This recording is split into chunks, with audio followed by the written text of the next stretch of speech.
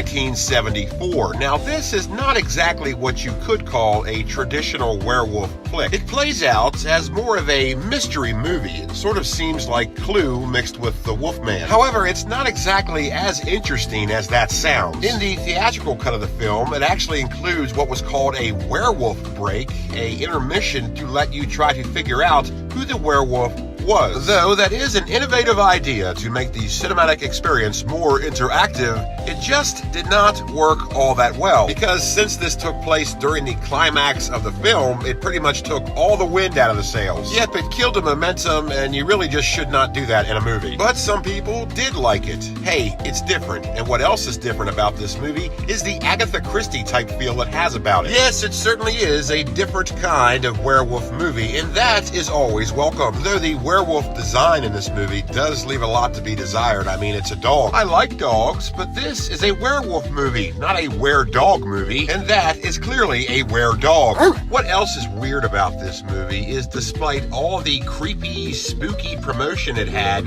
this is only rated PG. Certainly not the big bad scary werewolf movie or lycanthropic bloodbath they tried to tell us it was. So it's a PG rated were-dog movie that seems to have been written by Agatha Christie. But it's pretty fun. This movie was eventually recut without the werewolf break and released as Black Werewolf. This was released on VHS by Impulse Productions. I don't know, your guess is as good as mine, in 1989, and is the perfect example of what the epitome is of false advertising. Look at that ridiculous cover. This never ever happens in the film. I don't know where they get this from, but this does not happen. This is a PG movie that looks like you would find it in the back room of the video store, if you know what I'm saying, and I'm sure you do.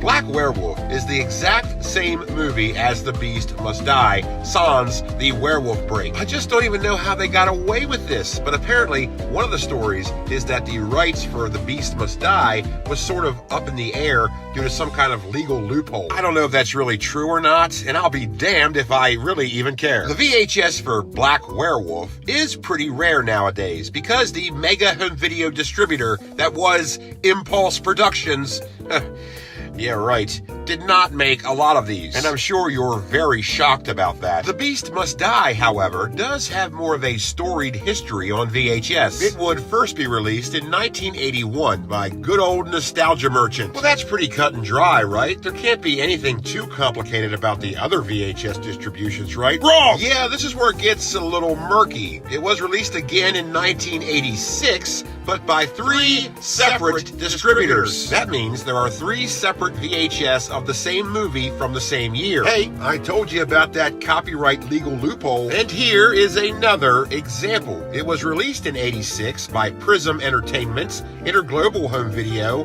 and Starmaker Home Video. And finally, in 1992, it was released by JTC Incorporated. Only one distributor? Boring. All of these distributions are rather easy to find today and go for an average of $9, except for the 1981 Nostalgia Merchant distribution, which I can't find anywhere.